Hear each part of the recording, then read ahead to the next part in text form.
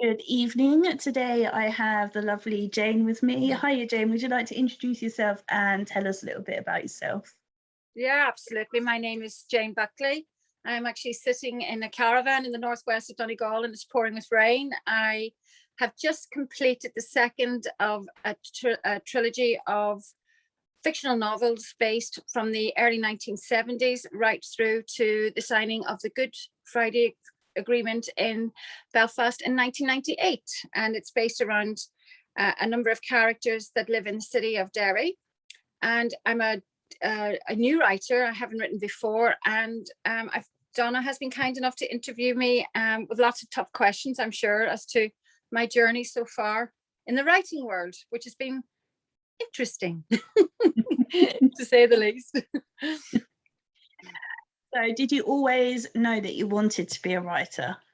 I've always loved reading, and to me, reading was a form of escapism. Obviously, as a young child, I've known that I grew up through the Troubles, and just reading was my way of just disappearing and getting a taste of what the world is like outside. And I've always enjoyed writing short stories. For example, I would do some stories which I've done for my grandson who lives in New Zealand. So I've done sort of videos and short stories where he'd given me a topic or an animal and I have to base a story around him. But no, I mean, it just was something that traveling, I just felt that not many people understood why the Troubles in the north of Ireland started.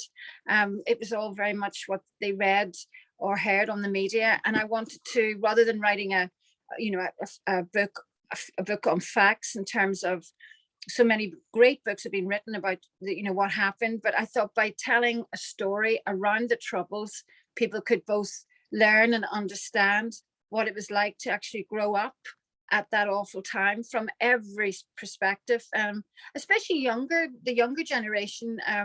You know, they're not going to start reading books about the Troubles. As far as they're concerned, they're hoping that we all move on, and I do believe we've moved on terrifically. But I think it's also important that they learn just what the older generation have had to endure and live through. So I thought, well, let's write a good old thriller based on facts, but with making up new characters from all aspects, from all communities.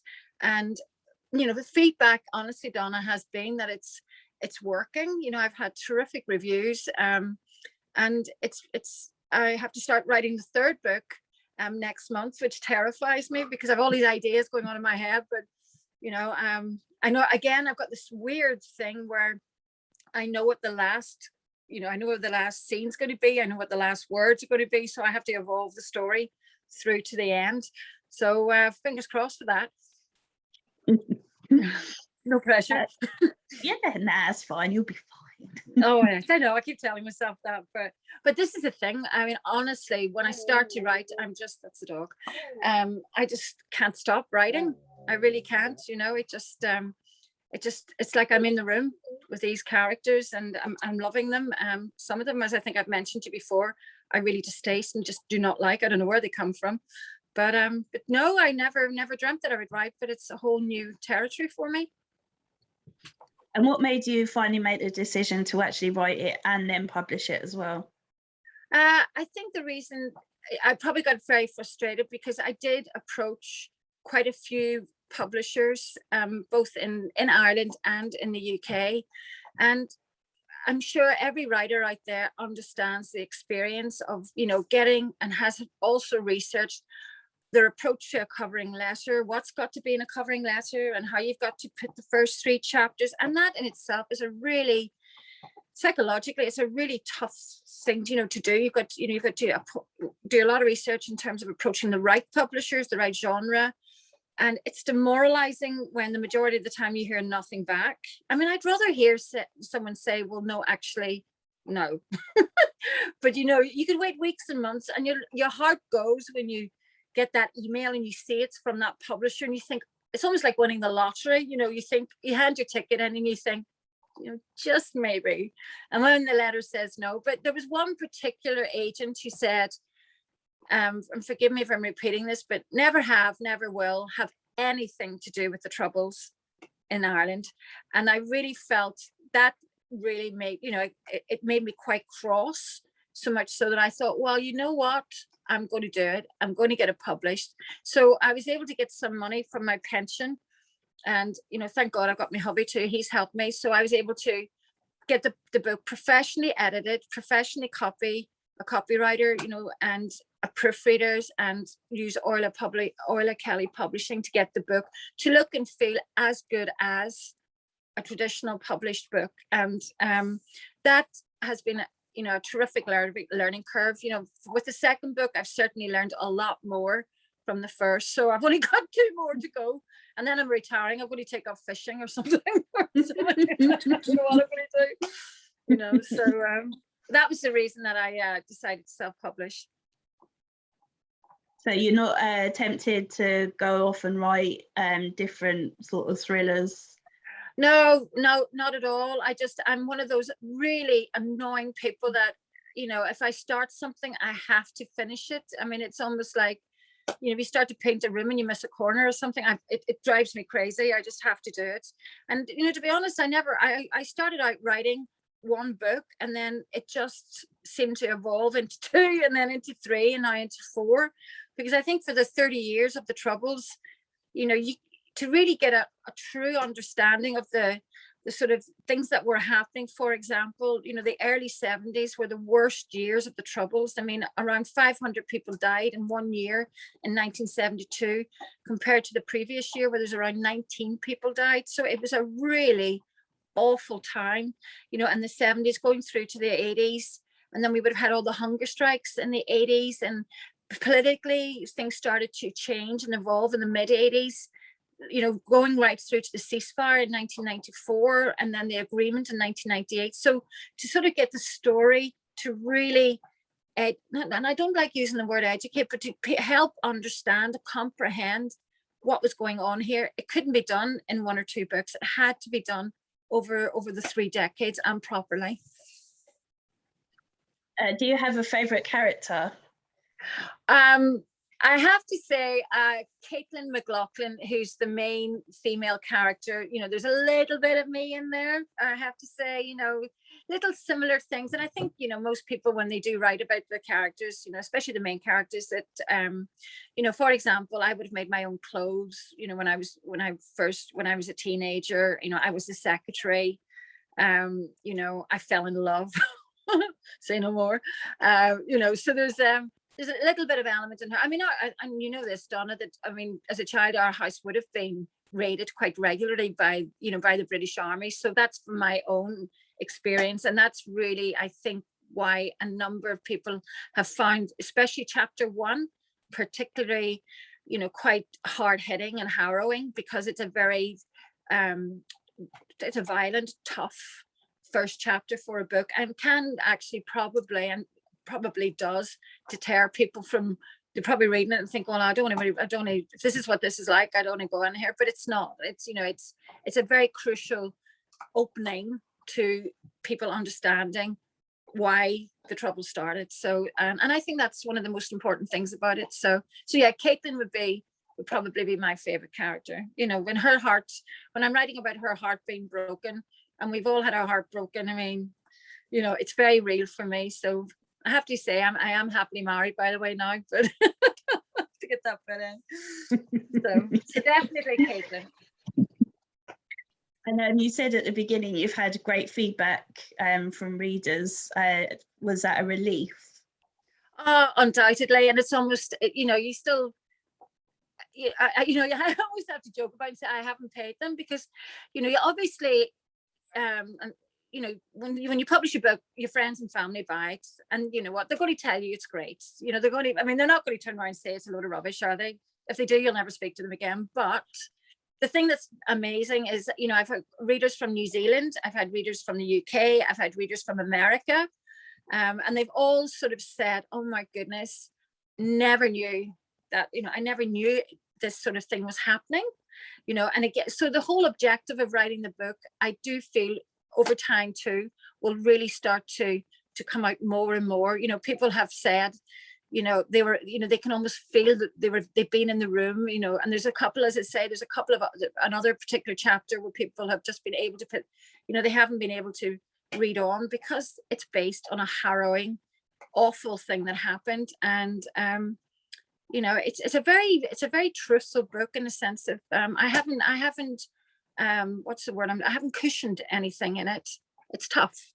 It's not one that's going to help you go to sleep, let's just put it like that, but it'll intrigue you, that you'll want to know what happens next, because there's a couple of plots that come together, and I'd be intrigued now, Donna, if you're one of these people that can see what's going to happen, if you watch movies or you read books, and you always suss it out, early.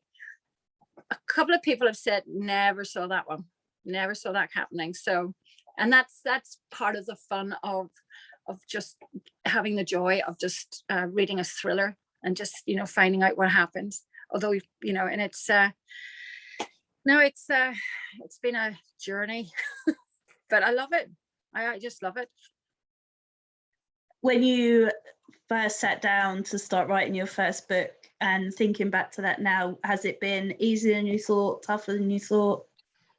I think the writing, I mean, when I look at the first draft of Turmoil, it's actually really, really naff, and it's really badly written. But and when I had the editorial done of it, I mean, my editor, Lynn Curtis, who would do a lot of editing for people like Martina Cole, so she's sort of used to all that sort of thriller. I don't know if you've ever Martina Cole, but her stuff is hard hitting as well. She came back and she was very honest, but she said ultimately there was a natural storyteller there. So, and that really did give me encouragement. So anything that needed to be fixed was, quite frankly, the grammar. I've learned, we all do it at school, but do you ever, you forget your punctuation and why a semicolon is so important. And it is so important, when you're writing, you've got to get that 100%. So that was probably one of the writing itself and the story, touch wood, I was just in a world of my own. I was gone, but the actual process of writing, and to be honest, I've only done, I think, one writing course, and I know a lot of authors say, develop your talent, keep writing, or keep going on courses and stuff. But I'm afraid to go on courses, because I don't really want to change something that's working, if that makes any sense. I don't really know. All I know is that I've got I've got ideas in my head of what's going to happen, of the main characters for the third book. The third book is going to be light, so we're coming out of that real darkness of the sort of the late 70s, the early 80s, and I'm bringing some characters back. I've got this all in my head, and I'm just going to sit and start writing, on the 1st of October, and I've almost got my first paragraph. I know how the intro is going to be, and why change something when it seems to be working? So yeah, I mean, but the grammar thing, and I think I've told you I'm slightly dyslexic anyway, so what I see on the page is quite different to what someone else sees. So that's been a bit of a, but I've certainly learned a lot, and my spelling's improved.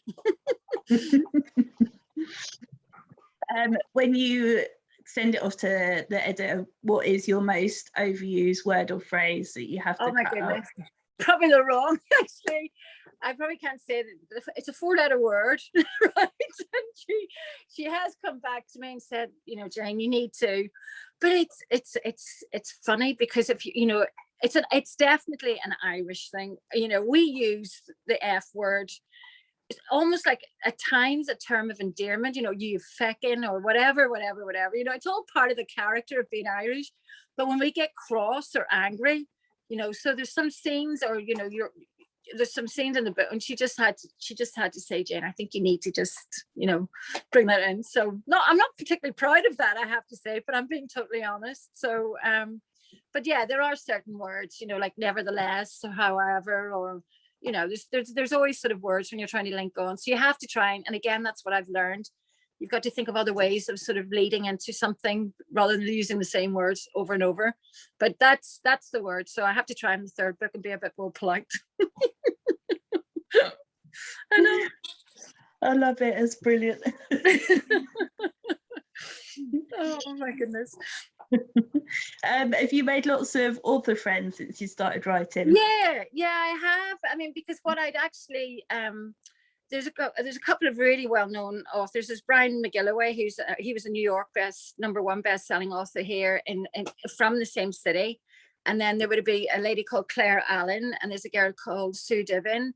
And what I'd actually done, which I had been quite flabbergasted about, is that the city here, although it's the second largest city in the northwest or in the north of Ireland, we have no literature festival. So as a result of that, me being me, I thought, okay, well, I'm going to organize one. So as a result of that, I contacted all sorts of authors from all over Ireland, and, primarily local authors, because, if you're going to start something like that, you're not going to get the bucks in to get the big, the big reader or the big authors in. So I spent a great deal of time putting a sort of a long weekend agenda together. And sadly, I applied for funding, but I didn't get it. But it was a terrific exercise in terms of, meeting other authors and, just sharing the word. And I have to say, they've been amazing. I mean, they've just been so supportive, because they've been there, done that. None of them are self-published, but they're all, I think Claire Allen is with Hatchet, and I don't know who Brian McGilloway is at. So, but I've certainly reached out to them. Yeah, completely. And what's the funniest or most unusual feedback you've had from your readers? Oh, I think I told you this one. Forgive me for repeating it again. And it was purely, it was my fault in the sense that the cover of Turmoil, Stone's Corner Turmoil, it didn't have volume 1 written on it. So, and it's got the most annoying ending. I probably shouldn't say that, but it just makes you, and it wasn't, believe me, it wasn't a marketing and sales thing thinking, well, they'll buy the second book. It wasn't, it was because it was one of those endings that, you want to find out what happens next. Truly, it's a really annoying ending. And this particular lady in the States sent me a message, quite a strong worded message, saying, I got to the final chapter. It was 4 stars, which I think 4 stars is amazing. And then that was it. I didn't realize it was one of a series of 3 at that time, I think, of now 4. And I had to go back to her. She put the review on Goodreads, and she gave me a 1 star. And I just went straight back to her and I said, hands up. And she was absolutely right. And that was one of the learnings of self-publishing. It's such an obvious thing. So I've shared the word about that to anybody else. Be wary of that. If you're doing this, make sure that you've got, anyway, I reached out to her and I said, hands up, you're absolutely right. And I said, well, I've got another, the continuation. Are you interested? And she said, no, if it's got another cliffhanger. And I said, well, actually it does. I said, however, would you like to, if I sent you a preview of it? And she came back, she said, oh gosh, yes, absolutely. I'm dying to find out what happens. So that, so she's got that, and I'm waiting for her. And she's one of these Goodreads readers that, she's read thousands of books. So, she's really, and, I'm the first to put my hand up and say, made a mistake, sorry, so at the time I was devastated. My heart went to my, to my toes, but I thought, no, reach out, respond. And I think that's what people like. And I have to say, that's one of the things I really enjoy. Every review is just like, it can just make your day. It can make or break your day, but it's amazing. I just still can't believe that I've written 2 books. I truly can't, my God, I didn't even go to university. I never even, and I don't know. It's just, that just shows you, if I can do it, anybody can. Have you had a standout moment so far? What's been your favorite moment? I actually think getting Turmoil, getting the hard copy, the final book in your hand. It's just, I don't know. I suppose it is your baby in a sense, isn't it? It's something that you put so much time and effort into, and you see the cover and you feel the weight of the book, and you see how that it's 406. It's like 137,000 words, and you just think, wow. So it's just, and I'm waiting to get Darkness this week too. And what I've done is I'm using the same cover through each period. So for example, Turmoil, you've got the shirt at the front, which is all about keeping the shirt factory open. But you've got the blue sky. Things were good, and then the trouble started. Darkness. It's just a black and white cover, And then I'm going to look at the light and the hope, and I think it's a yellow and a blue for what the colors that are associated with the light and hope. So I think that's quite a nice way of sort of telling the story, through the period of the troubles, because that's very much what it was. There was turmoil, and there was serious darkness, and then things moved on. There was life and hope, and that's where we're at today. We're still hoping that we can keep this very fine line of peace in the north. So yeah, fingers crossed. Yeah, let's hope so. Yeah. If you were able to spend a day with any author, dead or alive, who would you like to spend a day with? Well, now that's a question and a half. God, there's so many. I'd be intrigued to meet Stephen King. I really would. I mean, for him to write so many books, and just the guy's imagination has just got to be surreal, hasn't it? I mean, he's written horrors, but he's written straight stuff as well. So I mean, he just produces them like crazy, doesn't he? And I think I do enjoy his books. They're a good old scare. I mean, I can't watch the movies. He scared the living daylights out of me, but I my own imagination manages that. But I'd like to meet Stephen King. Yeah, I would. Probably not a very cultured answer, I'm afraid, but that's probably, I'd be intrigued as to how he works. Yeah, a very popular choice. And I saw him speak at Bloody Scotland.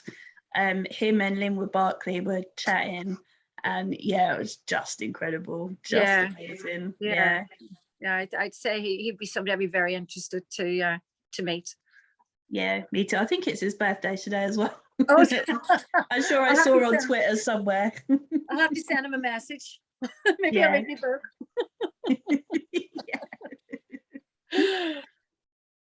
I think that's online and you can watch it. So if you get a chance, you should, because it was just awesome. Oh well, bloody yeah, we'll do. I'll take a look. So what do you like to do in your free time? I do a bit of everything, actually. I find that I don't have any free time anymore, but I love my garden. I know everybody does as they get older. I know it's a very sort of, but I get great joy because I've always been a bit of a nomad. So I sort of lived in London, and then I lived in France and Nice, and now we've come back to Ireland, but I've never lived in any same house for more than 8 years. So I've always sort of put everything into the garden, and then I've had to leave. So, and I know it sounds corny, but I just get great joy of just seeing a garden develop, and, and I love getting my hands dirty. I like getting mucky. I do. I like getting, really dirty and just get my hands mucky, and I love my wellies on and just getting, no makeup and just getting mucky. And we bought the dog, or I should say a horse. He's got that big. He's just eating my hairbrush, and it's in about 500 different pieces. That's why he's being quiet. But we got Ned during the lockdown, so I love taking him out and just walking. We've got the most amazing beaches here. So, and again, I just love, like you said earlier, I love getting soaked. I don't mind getting wet when I have all the right gear and everything on. So outdoors, I really enjoy being outdoors. If you were able to travel to any period of time, either forwards or backwards, where would you go to?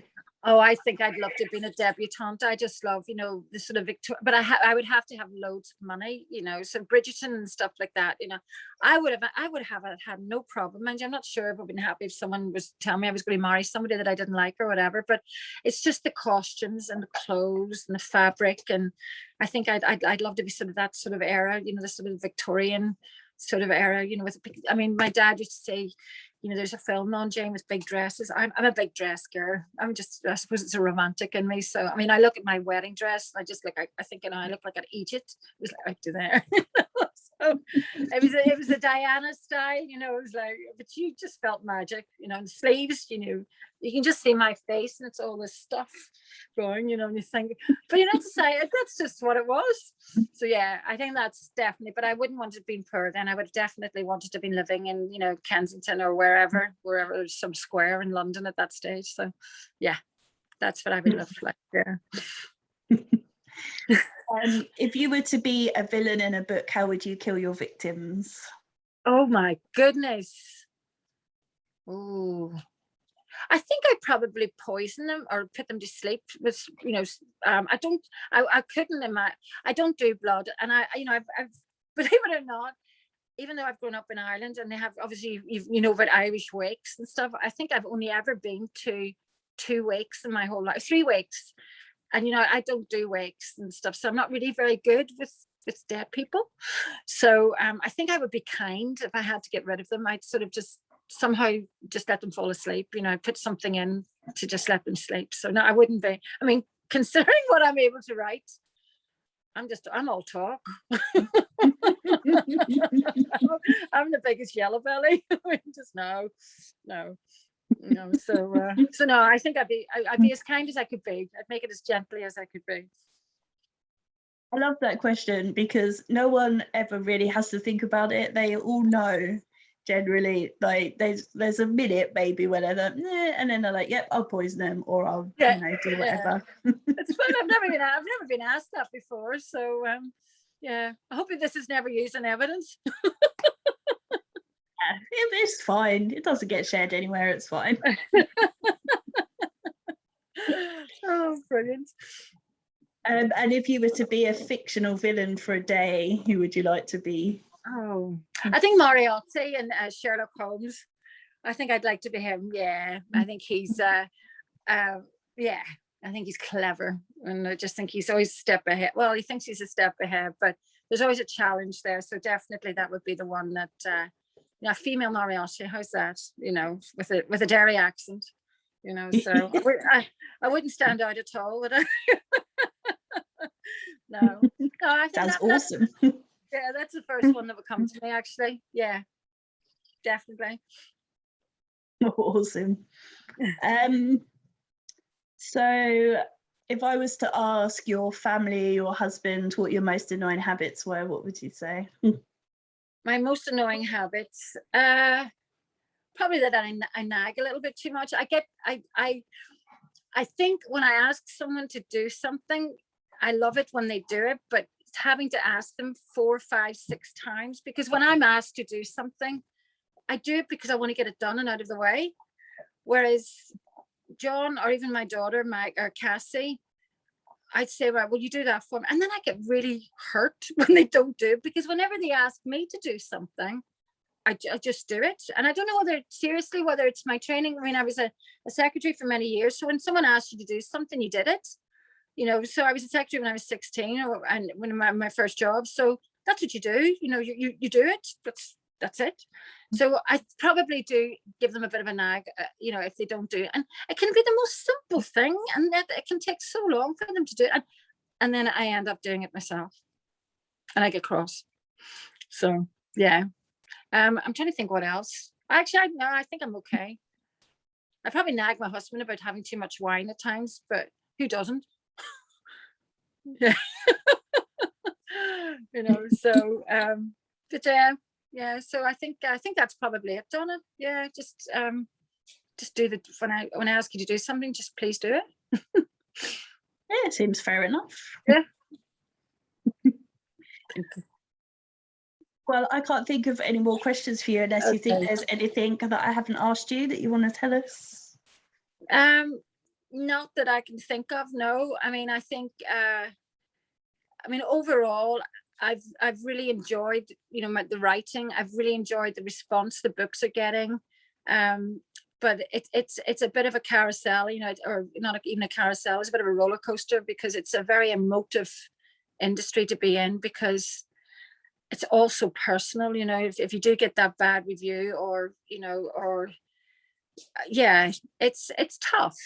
It's tough, and there's so much competition out there, and there's so much information in terms of what's good and what's bad, and what you shouldn't be doing and what you should be doing, that it's almost your head goes after a while. But the one thing that I'm really proud of, I think, is probably I'm leaving a legacy for my grandchildren, that one day when they're adults, they'll be able to probably understand me better and understand my background better and understand Ireland better. And that's something that's never going to go away. And I think that's really, really, really something I'm very proud of. As you should be.